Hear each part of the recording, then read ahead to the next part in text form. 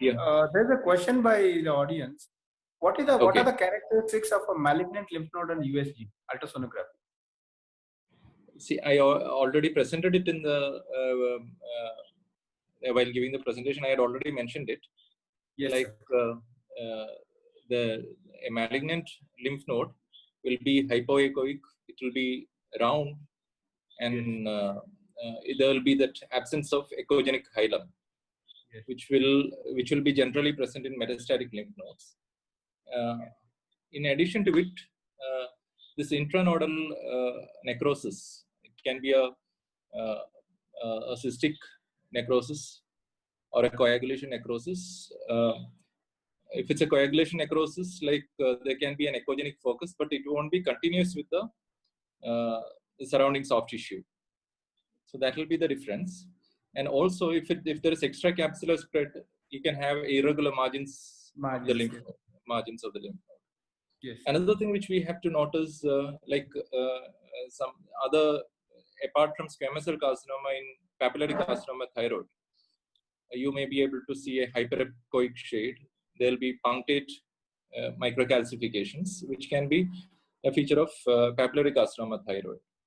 And in certain conditions like non-Hodgkin's lymphoma, you can have intranodal reticulations, or micronodular appearance. So this will be general. Which was there in your presentation. All these were covered in your presentation. Yeah, I had covered it in my presentation. Yeah.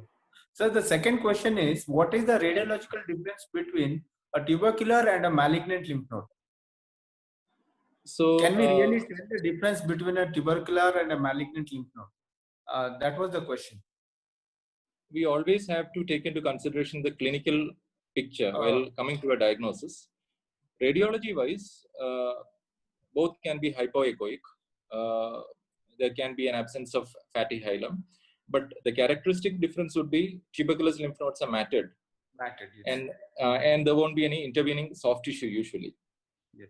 And there will be this cystic intranodal necrosis, which is very common. So this will be the radiological features, but for confirmation, obviously, you'll have to get a tissue and send it for some test like a rapid, like a gene expert test or a culture.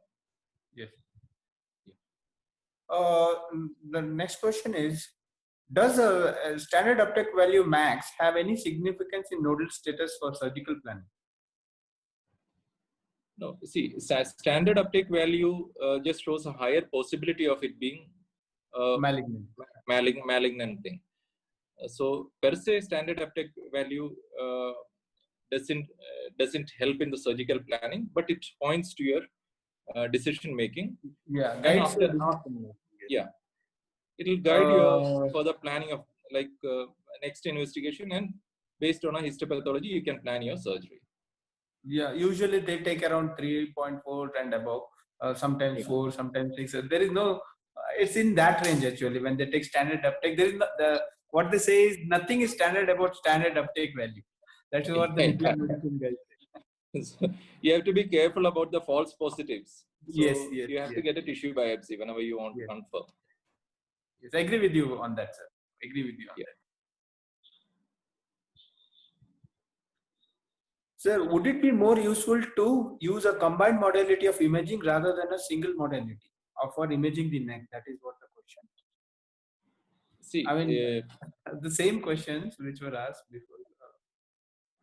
See, combining a modality, combining two investigation modalities whenever required, you have to use it. Like MRI wise, you have done an MRI for the primary and neck, and you're finding some lymph node which you are not able to confirm.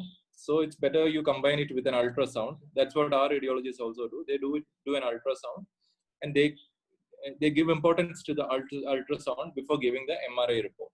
So whenever required, you combine two modalities. You have done a PET CT. At times for the neck, still they may go for an ultrasound again to confirm or give some more reassurance about the report. So combining modalities shouldn't be a routine thing. You don't need to regularly combine two multiple modalities and radiological investigations, but whenever required, it's a good thing. Another question is, Does N0 warrant a neck imaging? Has it been popularized because of demands of schemes and insurance? It's a very interesting question. See, that's a very interesting question. But I would say that, see, it would be prudent to document your findings before surgery for cancer. See, we know by studies, I had mentioned the study by Battenberg et al., where palpation method was combined with ultrasound. So it clearly shows that ultrasound has advantage over, clear cut it had advantage over a clinical examination alone. So also probably we have to consider this fact that though it is rare, contralateral nodal metastasis in a clinically N0 neck is a possibility, though it is rare. Yes. Yeah. It may be less, this very less, but it is still a possibility. it is still a possibility. Like this study was there about contralateral nodal metastasis by Hu et al. In head and neck in 2005, which suggested a 5% nodal metastasis rate, contralateral nodal metastasis rate in clinically N0 neck. So, taking all these things into consideration, it is advisable to do a neck imaging in N0 neck. You may go for a lower cost, more sensitive modality like ultrasound for that. And if there is any suspicion of nodal disease, that can likely alter the surgical plan, like a contralateral nodal metastasis, you can consider a guided FNAC also. Yes, it may change. Sir, there is this new study by American College of Radiology. Okay. I just missed the audio. Sir, this ACRIN 6685, they looked at the value of PET scan in N0 next. So it changed the treatment plan in 22% of the patients.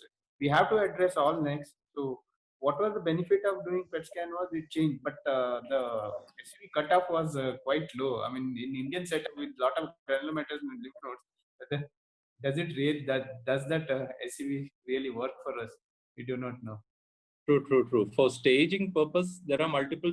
I think it's probably a little controversial because for staging, use of PET-CT in staging, like multiple studies are there against the use of overkill. Yeah.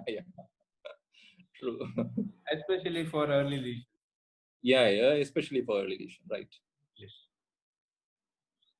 What is the size of the node which can be picked up on an MRI? See, small size nodes, even less than 5 millimeter, can be picked up by MRI, but it may not be possible to clearly characterize a metastatic possibility of small nodes. So MRI definitely picks up small nodes, but you won't be able to say the metastatic properties. How do you assess operability of a large node? Operability of a large node. You have discussed this in your presentation. Yeah. Could you just summarize it? See, whenever there is a large node, I would take certain things into consideration. One is the biology of the disease is very important. So if it is a papillary carcinoma thyroid, our perspective would be completely different. Even with the possible angio invasion, radiologically, if you're feeling that, okay, the tumor is going around the carotid, even if it is more than 270 degree, I would definitely give it a try. A trial neck dissection will be tried out. Yes. But if it's a squamous cell carcinoma, we have to consider other things. Whether if it's a primary per-primum presentation, patient has not taken any treatment with such a large node, it's important that you do a proper metastatic workup, because quite possible that these patients may be having systemic metastasis. So your treatment plan will change completely. And another thing is, like, if it's a post-treatment scenario, if it's a recurrence after radiation, I think probably it may not be worth venturing on operating all these patients. So you have to really consider all these patient factors. And also it's important you consider the performance status of the patient. If it's a young patient has not taken radiation, no systemic metastasis, yeah, you can really think over it, discuss with your multidisciplinary team also, discuss with the patient and bystanders, now come to a decision of a trial neck dissection. There is nothing wrong with it, because in case you are able to shave the disease of the carotid in a patient whose performance score is good, probably you still have a chance of giving adjuvant radiation, adjuvant chemoradiation, and that way you weigh your chances. So there is another question. What is your any comments on necessity of PET MRI? I think PET MRI. Yeah. PET MRI, the thing is like, see, better soft tissue details will be given by PET MRI. And also another advantage would be like it doesn't have the radiation which can come with the PET CT. But an obvious disadvantage would be PET CT would be better for assessing the lung metastasis. Yes, yes. Because usually you want systemic metastasis to be ruled out. Yes. So PET CT has some advantages in that. PET CT is definitely superior to PET MRI when it comes to lung metastasis, which is the commonest site of metastasis in head and neck cancer. True. So you have to choose your modality. Yes. There is this, which I think this question has been covered by you. So based on the size, how do you consider a lymph node to be significant on CT scan or an MRI? Based on, covered it already. Yeah, it's like if it's a small, like as the size reduces and the sensitivity increases.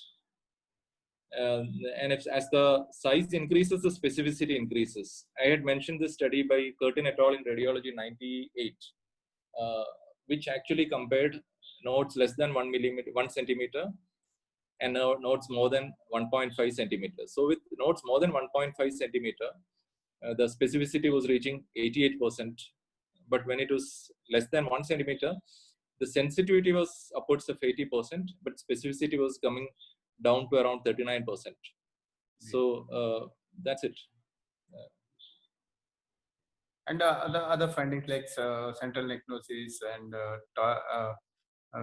all factors like which are previously mentioned. Same thing which you have mentioned. The node characters are not. So what are the features of a metastatic deposit in the lungs? Metastatic deposit in the lung. Okay. Yeah. See, there will be multiple rounded peripheral lung nodules, which are usually seen in a metastatic CT scan of the chest, and there can be like atypical features like consolidation, cavitation, at times some secondary pneumothorax. These are the usual atypical presentations, but common would be a peripheral rounded nodules of variable size scattered throughout the lung. Cannonball, the classic cannonball secondaries, which you cannonball, see. Cannonball secondaries. Yeah. Sir, role of ultrasonography during follow-up. What is the role of ultrasonography during follow-up? That was a question. See, probably this I can say probably more from my experience only. Like if the patient has some unusual symptoms, but clinically there is no obvious suspicion, follow up, and this way you can be sure, and also you can reassure the patient. But in case there is an obvious regional lymph node recurrence and you want to plan further treatment, PET CT would be a good choice, as you can rule out systemic metastasis. And in case you're going for a further treatment, you have to choose whether is there a need for going for a contralateral neck node clearance, etc. So this way I would use like the patient presenting with some unusual symptoms, but you're not really sure about a metastatic disease. You can use ultrasound as a first tool for screening. And if the ultrasound is fine, you don't really need to go for any costly investigations. Another thing is like in case, sir, in N0 trial, they compared all these patients who were on follow-up. They compared neck examination versus ultrasonographic examination, and they found it was similar. So did not find any advantage of ultrasonography over neck examination. So I think they presented it in ASCO also. Yeah, I agree. I completely agree. That's why I'm telling you. See, whenever a patient is presenting with some symptom, you're not very sure about the symptoms. Maybe some amount of reassurance is also required. Some part for you and in some way for the patient also. So we don't want to miss out on if So there is order an investigation if you're suspecting anything. Otherwise, if patient is asymptomatic, not having any symptoms and not complaining of any swelling in the neck, then no need of any no need. Absolutely no need. No need. You really don't need to investigate. head and neck examination is enough. Yeah, that's enough. Completely agree with that.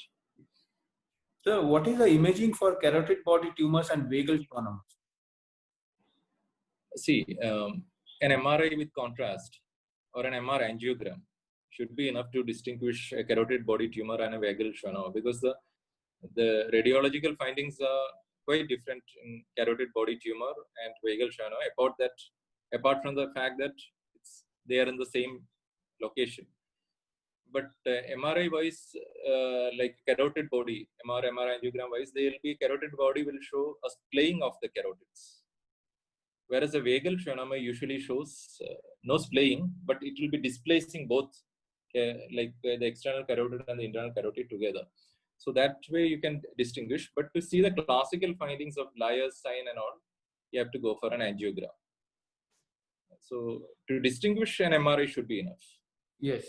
MRI is enough for. And vascular pattern also is different, so it won't be very difficult. Sir, best imaging modality for soft tissue deposits. Best imaging modality, I think. See, anything. Yes, sir, see, soft tissue. MRI should be good enough to get the soft tissue details. Yes. But one thing we have to understand is a node which is completely replaced by tumor and a soft tissue deposit would appear similar. So MRI won't be able to distinguish both these, like a lymph node with which is completely replaced by tumor and persists of soft tissue deposit. But MRI would be giving you additional features like the proximity to vessels, whether the vessels are involved and all those things. So it may help your treatment that way.